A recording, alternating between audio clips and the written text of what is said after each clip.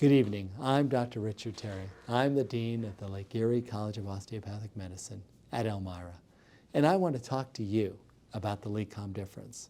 Well, first of all, the LECOM difference is you'll get a residency with a 100% placement rate, with over 550 students last year now placed into competitive specialties. Getting a residency is key. LECOM difference starts with residency placement. Number two, board performance.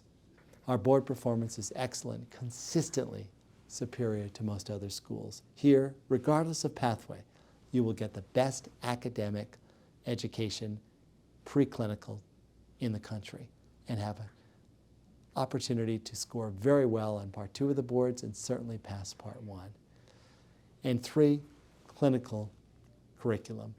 We have a vast array of rotations in virtually every size medical center you can imagine, from large, massive academic teaching centers such as Rochester Regional or Guthrie Health System or Allegheny Health or Arnott Health, to smaller sites where you'll have an opportunity to work one-on-one with attendings.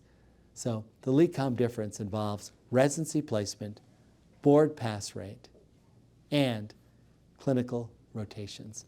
Finally, I want to talk about something very unique to this campus, the problem-based learning curriculum.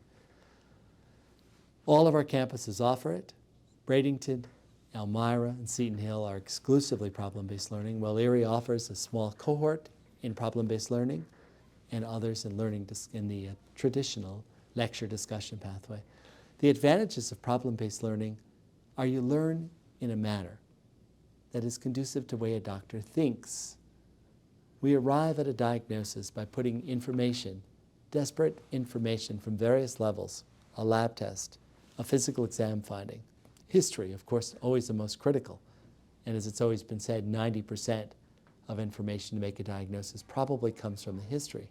But putting all of that together in the context of a clinical case to which is presented to you, where one student may be the patient, the other the doctor, with a trained facilitator, PhD, MD, DO, teaching you, you start in day one coming up with a differential diagnosis, but doing that by putting the biochemistry, physiology, pharmacology, anatomy, all of it together, microbiology, and coming up with a diagnosis. So in learning, you're learning medicine and you're learning basic sciences in a simultaneous fashion.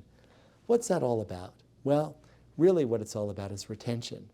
And when you're learning the basic sciences in the, I should say, cocoon of clinical education with clinical cases, you are more apt to remember things. You're more apt to make things make sense. Those synapses in the brain tend to work better.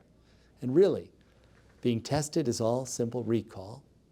And then when you get into the clinical setting, which will be in the third year, you'll find the clinical application of a problem-based learning student is probably several levels, magnitudes of level in some cases, ahead, because you've been presenting patients now for 2 years. You've been doing that.